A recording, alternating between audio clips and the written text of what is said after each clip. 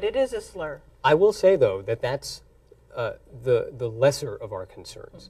I think our larger concern, and the point that I was trying to make at the outset, was that we're dismayed that we're having this conversation after the fact, as an afterthought. This conversation about race and about racism in the United States should have happened a long time ago. And the film industry, as a matter of corporate social responsibility, has an obligation, has a duty to portray the voices of all kinds of communities, including the Sikhs. And I think to date, that hasn't been done. And I do respectfully disagree about this notion that it's just a movie. Movies have a tremendous amount of power to affect the way that people in a society such as ours think.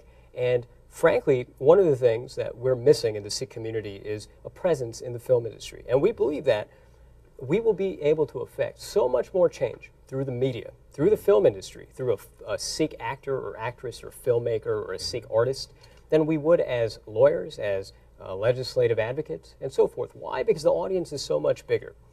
So your points are well taken. There is a concern that people who aren't the target audience of this movie will see this word and say, oh, okay, it just reinforces my belief that it's okay to use this word. But that's the least of our concerns. I think the greater concern is, why aren't we more proactive about these kinds of things? You know, why does it take a movie like this and outreach from the Sikhs to have a discussion like this? Couldn't possibly agree with you more. I feel like Hollywood's depiction of our culture is not an accurate one, and that's one of the reasons I really responded to Alicia's book, and one of the reasons I wanted to do it, because it was a multicultural tale. Where else are you going to see a movie starring a young Middle Eastern girl? Where else are you going to see a movie where an Arab man is not a terrorist, he doesn't hate America, he's not Muslim, he's trying to make a place for himself, and yet he just, he finds out that he's racist too.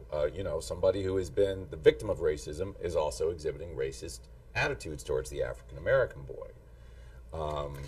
So I felt like in making the decision to direct this movie, I was actually taking a step towards being more inclusive culturally, which is why I'm a little surprised. I mean, I couldn't agree with you more that there needs to be more representation of all minorities, and I can say, having had this conversation now, I'm aware of Sikhs, and I will be aware of Sikhs when I think about things that I do in the future. And I also would ask you to give me some books to read that might make good movies that feature Sikh characters. If you know young, aspiring filmmakers who are Sikhs or who want to break into the industry, give me their contacts.